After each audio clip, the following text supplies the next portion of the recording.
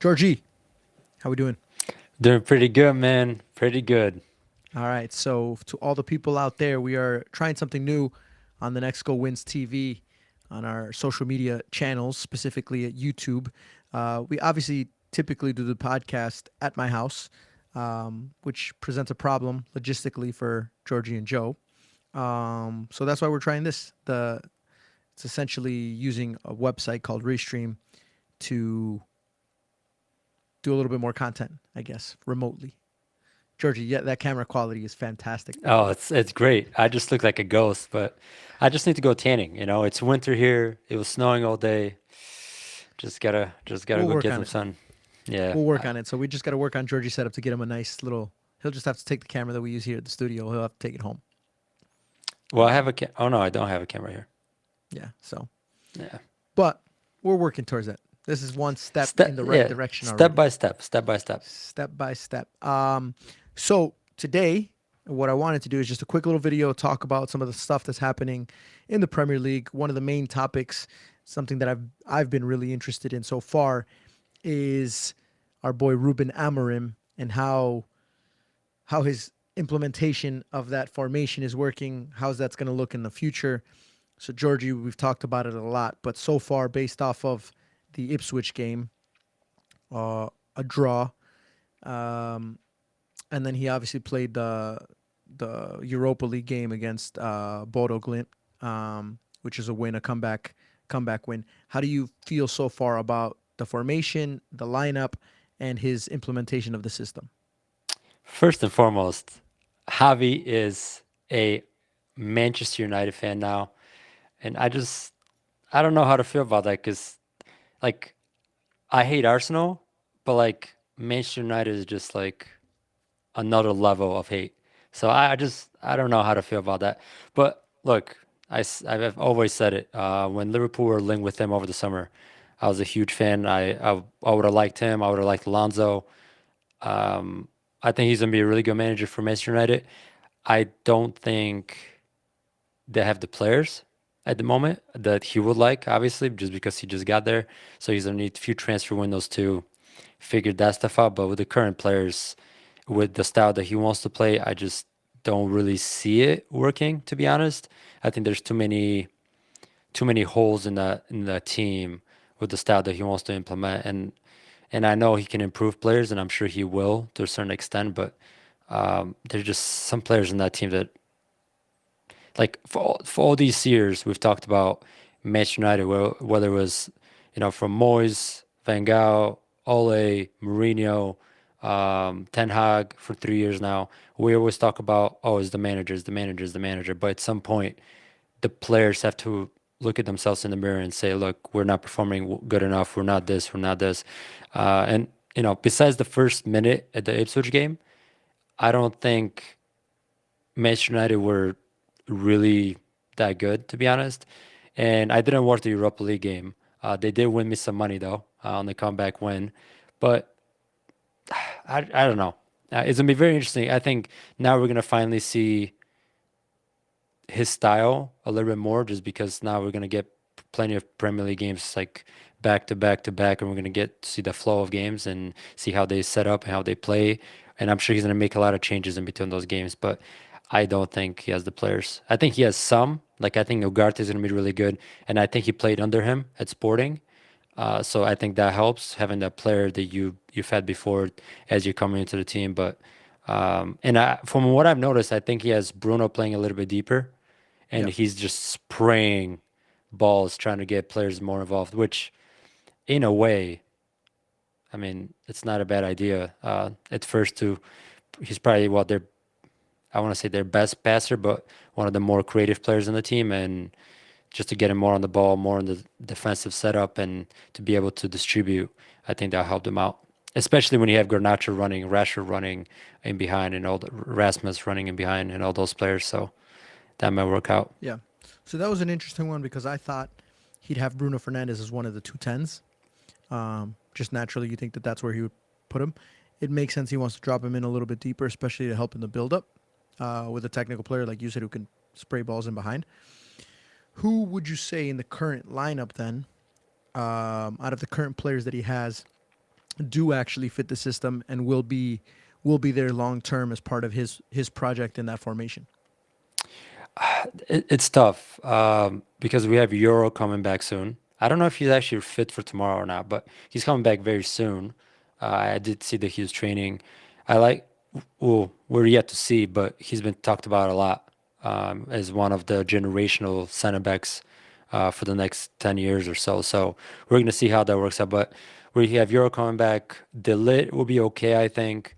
Um, Ugarte will definitely be a mainstay in there. I don't see Casemiro working out. Bruno will be in there just because he's obviously captain and probably one of the better players in Manchester United. Rasmus, I think he's a really good forward. He might not get as many goals, but I do think just him being able to make those runs in behind and coming deep will help a lot. The interesting one is well, two are Rashford and Anthony, just because and even Garnacho to an extent. I think Garnacho has a bright future. He's still young. Uh, I just don't know how he's going to fit them within that style. And same with Rashford. And I don't think he wants Rashford as a nine. And I don't see Rashford as a nine either. And he doesn't really play with like a main winger per se.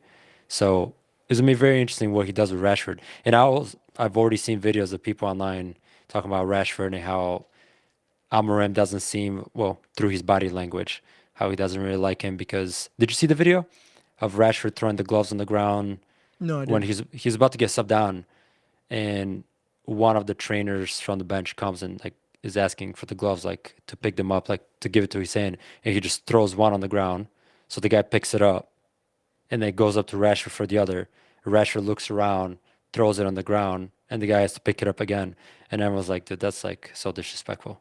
Yeah, And that's like it doesn't make sense. Like I always thought Rashford was this like nice guy outside of football, and he does so many things about community and all that stuff. So to see one of those things, and it might have been just he's not even thinking about it, but I don't know the body language from Amorim while he was watching that, it didn't seem like he really liked that. But I don't know. sure.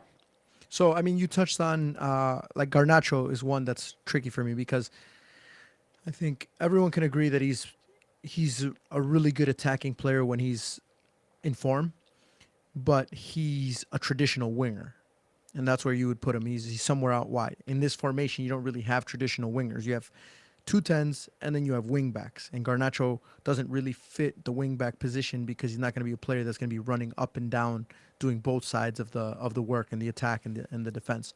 So Garnacho is going to be a tricky one because I think he's going to have to find the right position for him. And I think if he puts him as a 10, he just needs to make sure that if he's going to put him where it's a little bit lopsided in the fact that he's going to be maybe a little bit more of a winger, the other person that he has to be a little bit more true of a 10 because then otherwise you're essentially just playing a 3-4-3 without the two tens. So currently you have someone like Rashford who's also a winger who's also a number 9 and he'll be playing as like a 10 for example. So it's going to be tricky because I don't think he has like obviously somebody that comes to my head is like Martin Odegaard. If he had Martin Odegaard, he'd be perfect to be obviously with Bruno Fernandes underneath. He could put Martin Odegaard as one of the tens, playing underneath somebody like Hoyland. Obviously, he doesn't have that player, so I think that's going to be a tricky one. Um, and then the back three is always going to be tricky because Delit, Martinez, Mazraoui. I think he praised Mazraoui a lot. He said a lot of really good things about Mazraoui. He said he's going to be a long-term player for him, just the way that he played the last game.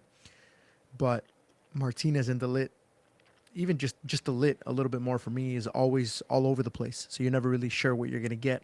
And I wonder if he's going to he's not going to feel comfortable. Amorim isn't with Delit being so kind of in and out form and things like that. He needs somebody who's going to be very stable out the back. And obviously, I think he's going to have to rely a lot on Bruno Fernandes. I think the other thing is they're both Portuguese, him and Ruben, so they're going to have a really good relationship. Bruno's already the captain, so that's going to be helpful for Ruben to try and get his message across to the players on the pitch. But um, ideally, you would like to also play Fernandes a little bit higher up if you had somebody much better in that number 6 position. Well, I mean, you have Ugarte and you have Kobe Mainu when he comes back, and you have Bruno. So I think those three will just potentially rotate in that. Well, Ugarte is going to be the mainstay in that six, and then you might have Bruno and Kobe Maynard just swap throughout the game or just go up and down, whatever, because they can both kind of push to that 10 role and then drop back. So it just depends on the flow of the game or whatever. But Rashford for me, I would never play as a 10. I would never look to Rashford as a 10 type of a player. Xerxes is one where it's very interesting because I look at him more of a 10 than a 9. But I don't know how he actually fits because there's different types of 10s. Like he's not one of those 10s where he's gonna be like a creator. He's more of a false 9 than a 10. But I don't know that Yeah, it's gonna be I interesting. don't like Xerxes. I think he came in to be a striker. You can put him in a different position. Ultimately, what you need someone in that position to do is to score goals. If you play him as a false 9 or as one of the 10s underneath the 9, I think you have better players that are suited for that position from the players that he has to choose from at Manchester United. I think Xerxes is one of those players that wouldn't surprise me if he falls out and is not a player that's going to get consistent time. Is going to eventually go somewhere else or get loaned out or whatever. Especially when you have, yeah, like you have Ahmad, who you could put him as a wing back. You can also put him as one of the tens, slightly underneath Hoyland. And then you have Garnacho and Rashford. It's going to be tough, I think, for Xerxes, unless Hoyland is not performing. In which case, then he'll put Xerxes in that position as the number 9. I'm a big fan of Um, Ahmad. I really like Ahmad. And he's yeah, young, left-footed. His contract runs out in the summer, so that's me. I don't know. I mean, doesn't a lot of it is gonna have to rely on what Amorim tells him now, like from now until the end of the season. Like if you're in the future or part of the future plans, if you're not. But I really like him. If out of all those players, out of Rashford, Xerxes, Garnacho, I like Garnacho, but like you said, where does he really fit? Ahmad is more of a 10 to me than any of those players.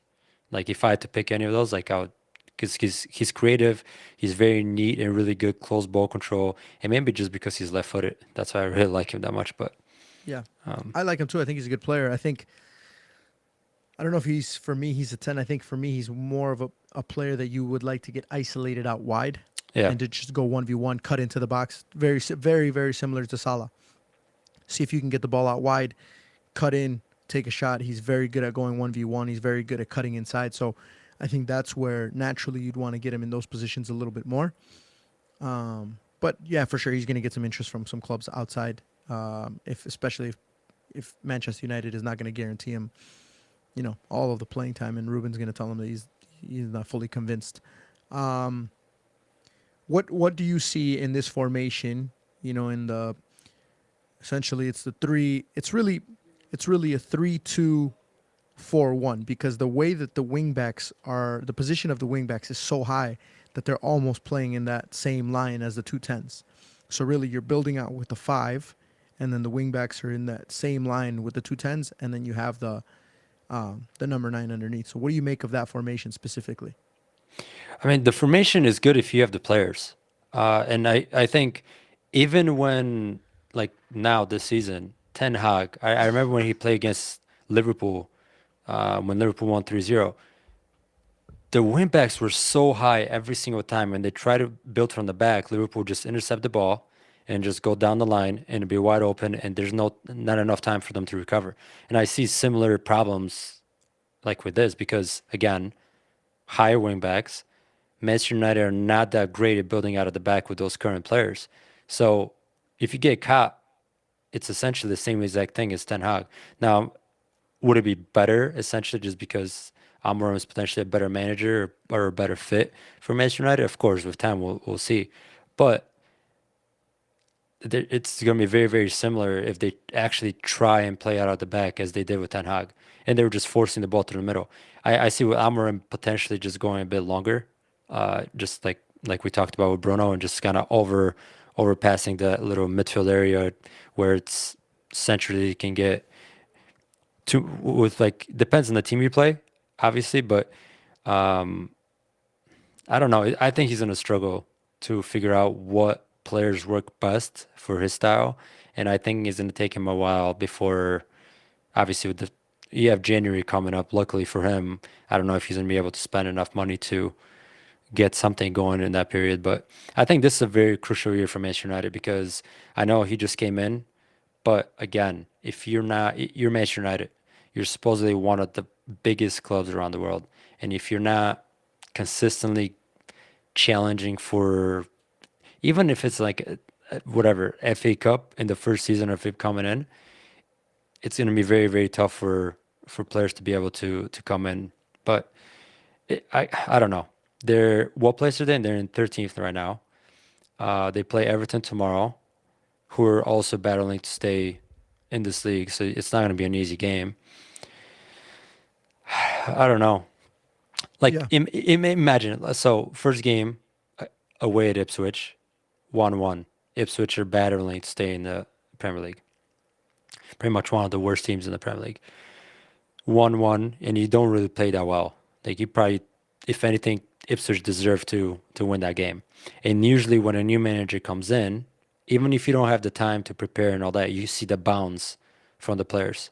That's like we always call it the honeymoon stage or the new manager bounce. Players are playing good, and then after like 2-3 months, it goes downhill again. If they can't even get a bounce, like they draw tomorrow. Now you're looking at 2 games in the Premier League against two of the worst teams in the Premier League, and you're getting draws. And they weren't really that convincing in the Europa League, from what I read. I know they won the game, but I don't know. There's just Yeah. there's a lot. There's a lot for him to be able to change. I think the difference between him, for example, and Ruud van Nistelrooy is that Ruud van Nistelrooy is the new manager bounce came from just finally getting rid of Ten Hag. Ruud didn't have like a very specific system that he played. He just kind of carried on and was like, "There's just a couple small things that we need to fix." Whereas Ruben's very, very specific. So with Ruud, it was almost like just go out there. There's no pressure. You know, the manager's essentially already been sacked. I'm only here for a few games. Just go out there, play for the fans. You guys should be all right. Ruben, it's very, very specific of like, here's how we want to play. These are the positions that you need to be in. This is what the buildup looks like. And I know the players feel the pressure from just trying to please him and just trying to make sure that they're not out of position during the game because he's very, very specific about what he wants. So he said that after the very first game was like, the players are thinking too much on the pitch, which obviously presents a problem, but in the future, they're going to be able to get it. They're going to be able to play a little bit more freely and they're going to naturally know what positions he wants them to be in. He only had a couple days before the Ipswich game with all of the players. He had a couple weeks with some of the ones that didn't go on international duty. Then he plays the Europa League, a team that they should easily beat. Obviously, they go down for a large majority of the game, and then they have to come back. I think Everton presents a good opportunity for him to now have had a week and a half with all of these players. And you're playing against a team in which you should have the majority of the ball. You should be able to impose your system. If he was playing against Manchester City, Chelsea, Arsenal, he almost has to play differently than what he Yeah. wants them to play because, he's going to have a lot less of the ball. So I think for this game, he should be all right. They should have a good performance, but I ultimately think it's going to come down to the fact that he just doesn't have the players that he wants for that system. And the thing about it is he's going to be very clear with the board in saying, if we don't get results at the end of the season or towards this as we go through the season, the very first thing I need in that January transfer window over the next few games, I need to make sure that we buy the right players that I feel are going to fit. And then if that doesn't work, once he gets a good transfer window, and I think as long as he does okay, gets to next season, from there, it's going to be no excuses whatsoever. They have had plenty of time. They got all the players that you need for your system, or the majority. And now, if they don't get results, like that's straight up on the coach, not on the players, because he's so specific about the way he wants to play. Is tomorrow a must-win game?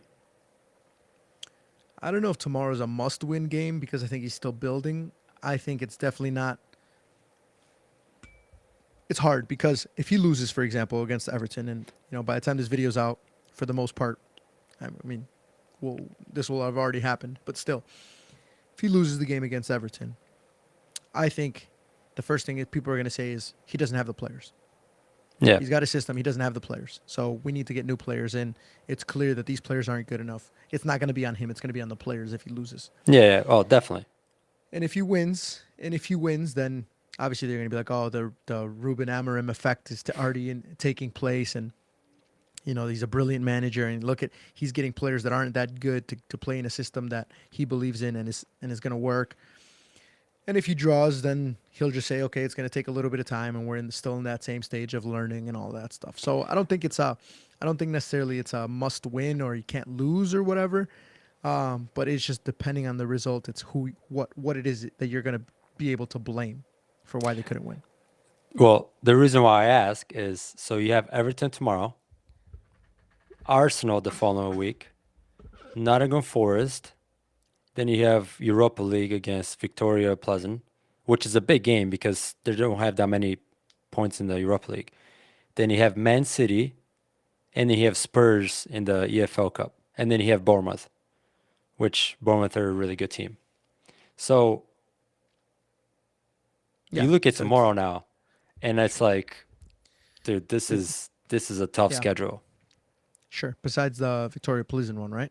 Yeah, and I mean Forest will Yeah, but like they're not terrible, but they're not. they're not as good as they started the season. Yeah, Yeah. and they have plenty of injuries now as well. But regardless, it's still going to be Nuno is still a good manager to be able to get some points. You have Arsenal, Man City, Spurs, EFL game, whatever, but Bournemouth as well. Like Bournemouth is a good team to me, and I mean, it sounds weird because I'm giving praise to Bournemouth and not Forest, even though Forest are like top five or whatever. But Sure, but Bournemouth are the giant killers so far, yeah, right? They're the ones that have gotten a couple big wins against yeah. some of the big teams. So that Um, like you look at 1, 2, 3, 4, 5 games with the Bournemouth game in the Premier League, and Everton is the one that's like below them. Everybody else is above. So yeah, this is gonna be tough. sure. Yeah, Like and how many points from those 5 games do you think he needs? Not not not for him to keep his job, but for to us yeah, or everybody to be like, okay, it's a decent amount of points. So out of 15 points. out of 15 points, I think you have to win. Probably have to win 2 games and then draw one or two. So it's not that much, but when you're considering the opposition, he's probably going to lose to Arsenal. He's probably going to lose to who was it, Manchester City. Yeah. So you would hope that he beats Forest, he beats Bournemouth And Everton and tomorrow. Everton, and so yeah. So ideally from the next, so I guess what is that? That puts us at 9 points out of a possible 15. Yeah, if he wins those 3. So that I think a 9 out of 15 puts him in a pretty good spot. Like, hey, it's gonna start working. Like we're doing okay. Anything more than that, and he's achieving more results than people would expect in such a short amount of time. Anything less than that, and it's these players aren't right. We need a lot more time, or they're just not good enough, and we just need to wait until the January transfer window comes in, and then we can get new players. And how many do you think he actually gets? Um, Realistically, probably somewhere between I would say like 7. That's what I was thinking too. Yeah, I he can wins see 2, something. draws against one of those teams, and then loses against the Arsenal Yeah. and City and stuff. But the last thing I just wanted to touch on is just the fact that he's so specific about what he wants. That formation is basically the exact same, not the exact same, but it's a very similar formation to how all of the teams are building out nowadays.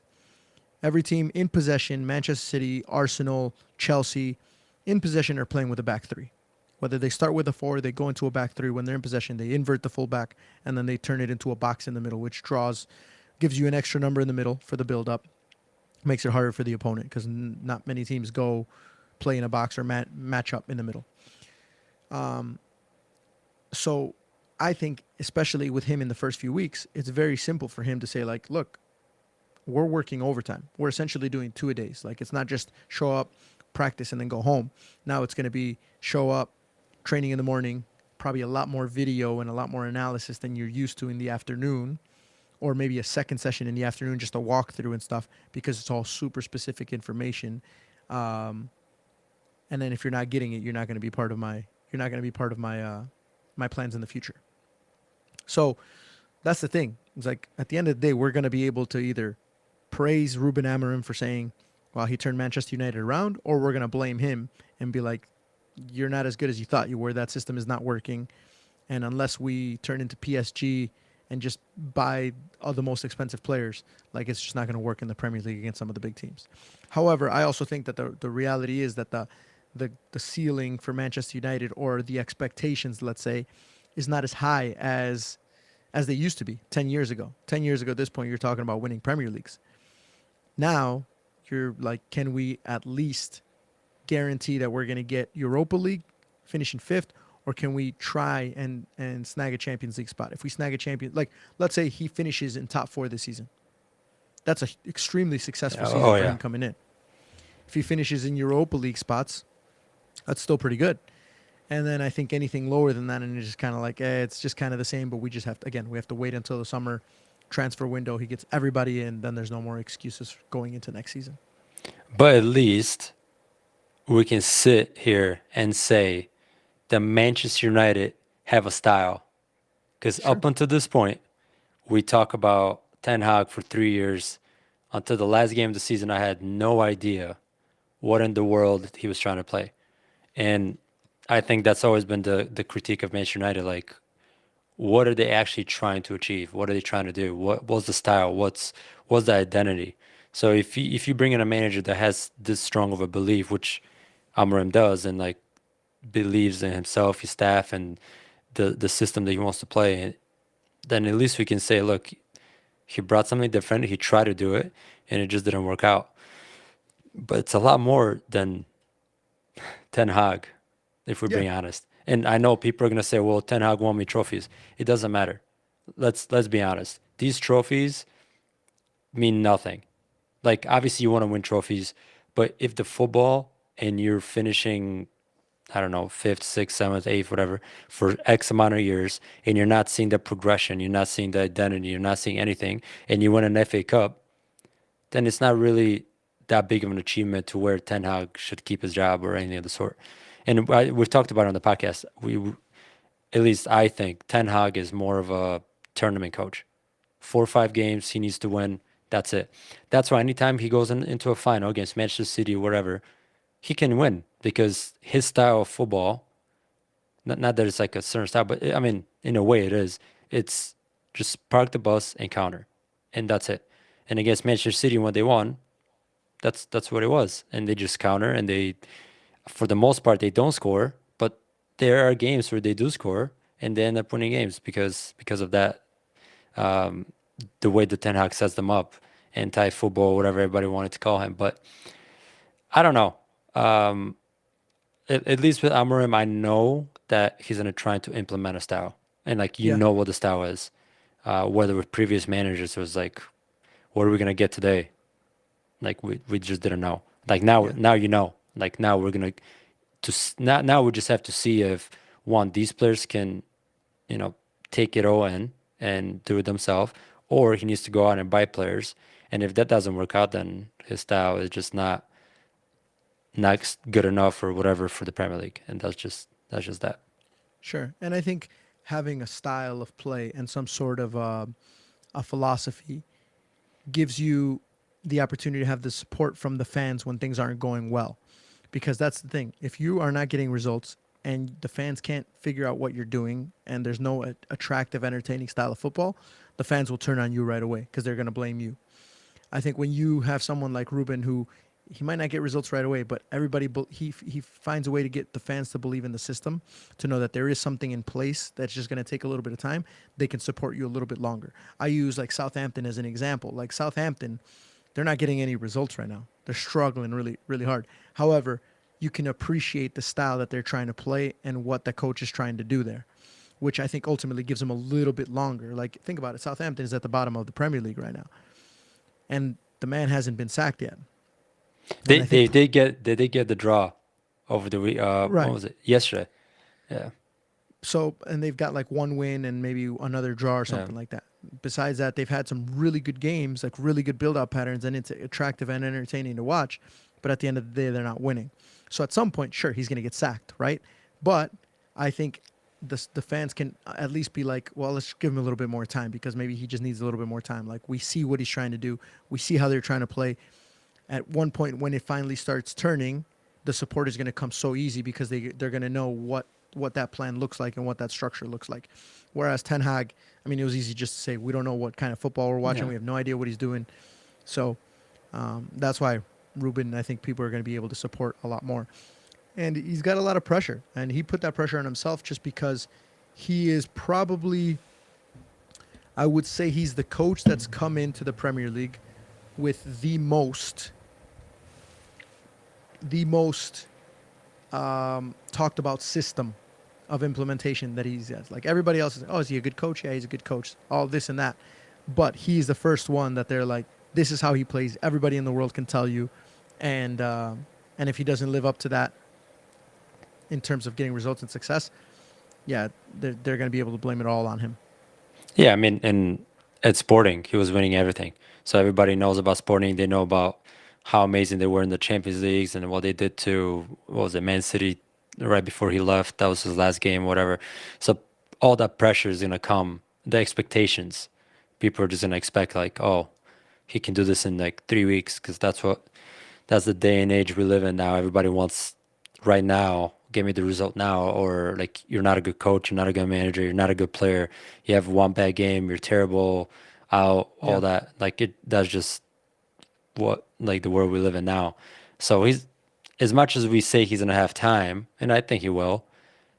I don't think it's gonna be his 3 years time like Ten Hag did. I think sure. like that's just way too much, and I think teams are realizing that you can't give a manager 3 years and you don't see any sort of like improvement. So it's gonna be interesting to see. I surely hope that Manchester United keeps on suffering.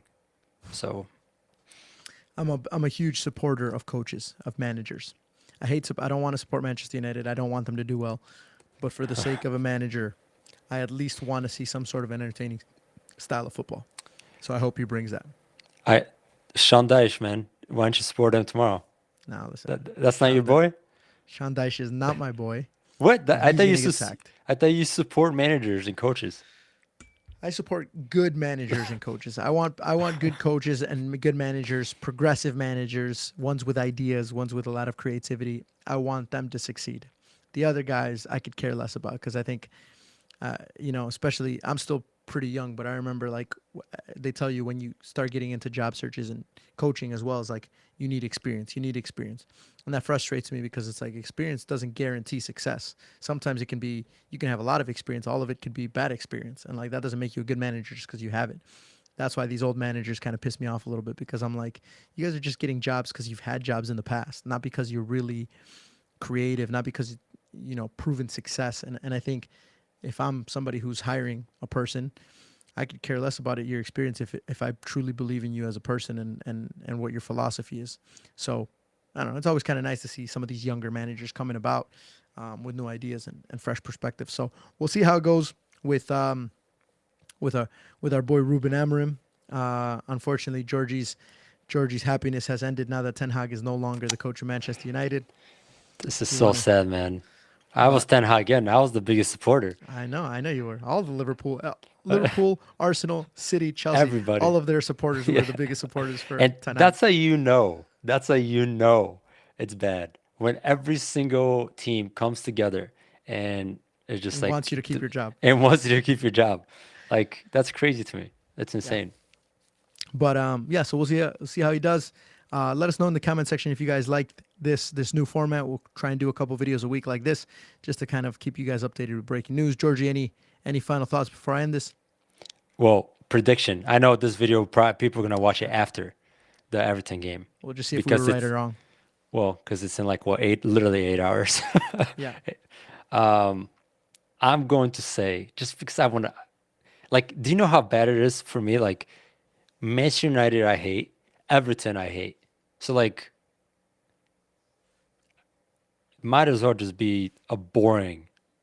No, I don't want a boring game. I want a 3-3 draw. That's what I'm going to go for. All right. I I agree with you in the sense that I think it's going to be a high scoring game. I think Manchester United are going to pull away with the win. I think Manchester United will end up winning 3-2. Wow. Dang. So But Amorim is just slightly better than Sean Dyche. Okay. at the moment, I think they'll find enough to get the win. But I do think they're going to give up a couple goals. It might even be 2-1 Everton at one point before Manchester United comes back to win the game 3-2. I So will we'll see. say, I will say, the best player on Manchester United right now is Onana. I gave him a lot of shit when he first came in, when he was doing these stupid passes and like terrible, just awful mistakes and not being able to catch the ball and all that stuff. But this season, he's a different goalkeeper. I think he's one of the better goalkeepers in the Premier League and around the world now in terms of like how he started. Obviously, when you look at the whole picture, you got to take into account last year. But talking about this season only, I think he's been phenomenal, and I think he's actually kept Manchester United and got them some points so far. Yeah. And even though they don't even have that many points, so that says a lot. Well, we'll see. We'll see. He's going to need to have a big game if because defensively Manchester United, that's a big weakness. So I think he's going to need to have a big game in order for them to win. Yeah, is it me? I don't know. I just want to see fights and red cards and goals and Yeah, I there's don't going to know. be a lot of drama. There's going to be a lot of drama. We'll see tomorrow. All right. Cool. Well, that's it for this one. We'll catch you guys in the next one. Peace.